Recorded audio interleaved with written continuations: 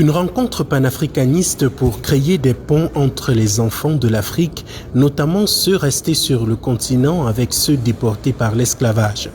C'est le sens de la conférence de la diaspora africaine en Amérique qui s'est tenue pendant 3 jours et qui visait à penser des voies et moyens pratiques de connexion.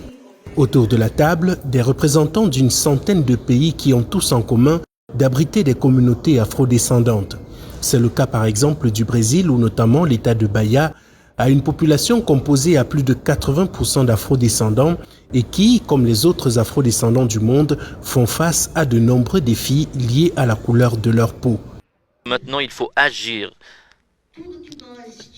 Tout ce qu'on a dû écrire, vivre et de construire de façon académique dans toutes les instances pour éliminer le fossé du racisme qui nous empêche d'évoluer dans tous les domaines de la vie, de la planète, dans toutes les régions du monde où il y a des Noirs, hommes et femmes. Nous avons des autochtones, des immigrants qui vivent, qui sont touchés par les mêmes questions dans plusieurs parties du monde. Donc, on doit, en plus des discussions, vivre, agir, promouvoir réellement une révolution à partir de nous et à partir des nôtres. Il faut sortir de l'environnement universitaire, des discussions vers la pratique pour l'affrontement. Je ne sais pas pour vous, mais moi, à mes 72 ans, nous sommes en train de construire et de reconstruire et nous sommes en train de dire les mêmes choses dans les mêmes endroits pour les mêmes personnes. Toutes nos actions, tout ce que nous avons vécu et tout ce que nous vivons sur tous les niveaux internationaux, régionaux, étatiques, municipaux, sont les mêmes problèmes, les mêmes questions, c'est-à-dire des questions imposées par le colonialisme, par le racisme qui demeure, qui persiste pour nous mettre aux marges du processus de développement.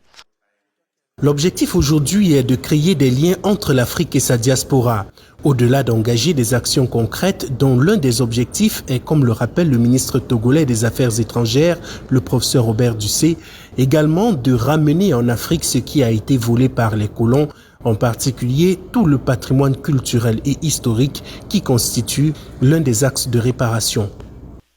Il faut reconnaître que sans la réparation de l'injustice historique qu'a subi l'Afrique et les communautés afro-descendantes, le cycle du racisme, de l'intolérance, de la discrimination et par ricochet de la paupérisation se poursuivra. La réparation est une exigence de l'humanité. L'histoire nous offre des exemples où nous savons que dans certaines contrées, les réparations ont été faites. Et pourquoi ne pas vouloir la réparation aux peuples africains, aux peuples afro-descendants et afro-brésiliens? Nous exigeons cette réparation.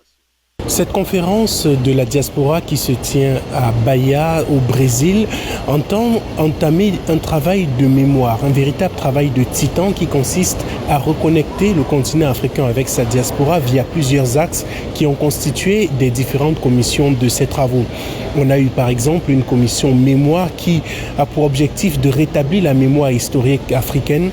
Il y a également eu une commission panafricaine qui établit les axes de reconnexion en termes de discours, en termes de pensée. On a aussi eu une commission reconstitution, une commission restitution qui entend justement œuvrer à ce que les œuvres d'art qui ont été volées à l'Afrique durant la période coloniale et la période esclavagiste puissent être restituées au continent africain. Ce qu'il faudrait comprendre, c'est que tous ces travaux seront mis ensemble, restitués aux ministres comme cela a été le cas lors de cette conférence, et ce sont ces conclusions qui feront l'objet des travaux généraux qui seront abordés au Togo le 29 octobre lors du 9e congrès panafricain.